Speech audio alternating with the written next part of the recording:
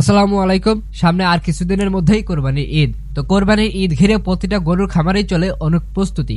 প্রতিটা খামারে প্রস্তুতি চলেও আমাদের খামারটি মূলত ডেইরি খামার, অর্থাৎ খামারটি দুধ উৎপাদনের হওয়ায় আমাদের খামারে তেমন একটা কোনো প্রস্তুতি নেই। তাই আসন্ন কোরবানির ঈদ ঘিরে আমাদের কোনো চিন্তার বিষয়ও নেই তেমন। আজকে মূলত আমরা আমাদের খামারটি ধুয়ে মুছে একদম পরিষ্কার করে ফেলবো, একেবারে পরিষ্কার পরিচ্ছন্ন করে ফেলবো ইনশাল্লাহ। তো প্রথমে আমরা ঘরটি পরিষ্কার করার জন্য যাবতীয় জিনিসপত্র সব জোগাড় করে ফেলি। তো খামারে ঢুকেই আমরা প্রথমে গোবর টোবর যা আছে পরিষ্কার করে ফেলি। খামারের মধ্যে আমাদের ছোট্ট একটা বাছুর আছে, যেহেতু খামারের মধ্যে অনেকক্ষণ ধরেই ধোয়া মোছা হবে, ও ঠান্ডা লেগে যেতে পারে, তাই আমরা ওরে বাইরে বের করে দিই। বাইরে বের করে দেওয়ার পর ও তো ছোটাছুটি করতে থাকে, কিন্তু গাভীটি ওরে দেখতে না পেয়ে ছোটাছুটি লাগিয়ে দেয় খামারের মধ্যেই। যাই হোক, আমরা প্রথমেই সবগুলো গোড়া পরিষ্কার করতে শুরু করি। তা গোড়াগুলোর মধ্যে যা কিছু ছিল সব বের করে ফেলি প্রথমে, তারপর সামান্য পানি দিয়ে ধুয়ে দেই। তারপর গোড়াগুলোকে জীবাণুমুক্ত ভালো করে ময়লা পরিষ্কার করার জন্য আমরা ব্লিচিং পাউডার ব্যবহার করি।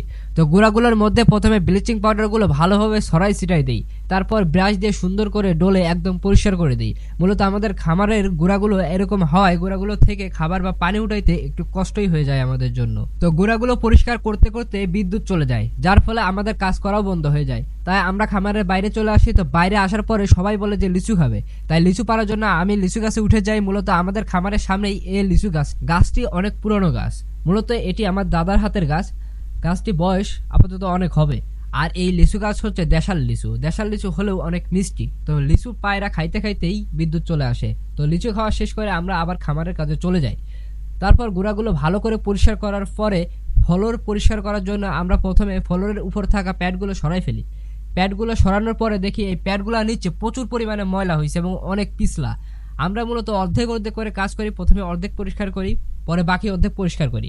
তো নিচে অনেক ময়লা থাকায় এর মধ্যে ব্রাশ দিয়ে ডলা যাবে না, তাই আমরা মোটর দিয়ে মোটরের পানির যে স্পিড তার মাধ্যমে নিচের ময়লাগুলো পরিষ্কার করে ফেলি। গরুর ঘরে পিছনের দেওয়ালটাই মূলত বেশি ময়লা হয়ে থাকে, কারণ গরুর চুনা এবং গরুর গোবরগুলো সিটাই সিটাই পিছনের দেয়ালে গিয়ে লাগে, যার ফলে পিছনের দেয়ালটা অনেক ময়লা হয়ে থাকে। গোবরগুলো শুকায় একবারে দেওয়ালের সঙ্গে লেগে গেছে, তাই আমরা প্রথমেই দেওয়ালগুলো ভিজাই রাখি যাতে নরম হয়ে যায়, পরে এটা পরিষ্কার করতে সুবিধা হয়। নিচের ফ্লোরের ময়লাগুলো পরিষ্কার করার পরে পুরো ফ্লোর জুড়ে ভালোভাবে ব্লিচিং পাউডার ছড়াই দিই। তো ব্লিচিং পাউডার ছিটাই দেওয়ার পরে আমরা ব্রাশ দিয়ে ভালোভাবে ব্রাশ দিয়ে ঘষে ঘষে পুরো ফ্লোরটা পরিষ্কার করে ফেলি। ব্লিচিং পাউডার দিয়ে মূলত কেন পরিষ্কার করি আমরা? গরুর ঘরটা সবসময় ভেজা স্যাঁতসেঁতে থাকে, যার ফলে অনেক পানিবাহিত রোগ বা বিভিন্ন ধরনের রোগ জীবাণু বা ব্যাকটেরিয়া ভাইরাস এর মধ্যে জন্ম নেয়। এই ব্লিচিং পাউডার দিয়ে পরিষ্কার করলে মূলত এই ধরনের ব্যাকটেরিয়া বা ভাইরাস ছড়াইতে পারে না বা ধ্বংস হয়ে যায়। একবারে ময়লা আবর্জনা স্যাঁতসেঁতে পিছলা ব্যাকটেরিয়া ভাইরাস সব ক্লিয়ার হয়ে যায়। মূলত এই কারণে আমরা ব্লিচিং পাউডার দিয়ে গরুর ঘর পরিষ্কার করে থাকি।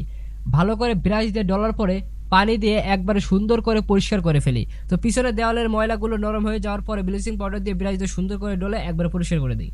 এইভাবে প্রথমে অর্ধেক পরিষ্কার করার পরে বাকি অর্ধেক ঠিক একইভাবে আমরা সুন্দর করে পরিষ্কার করে ফেলি।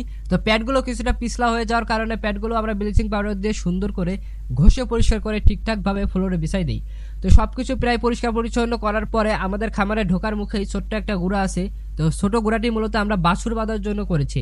এখানে আমরা একটা বকনা বাছুর আপাতত বেঁধে রাখি। তো এই গুঁড়াটিও সুন্দরভাবে পরিষ্কার করে ফেলি।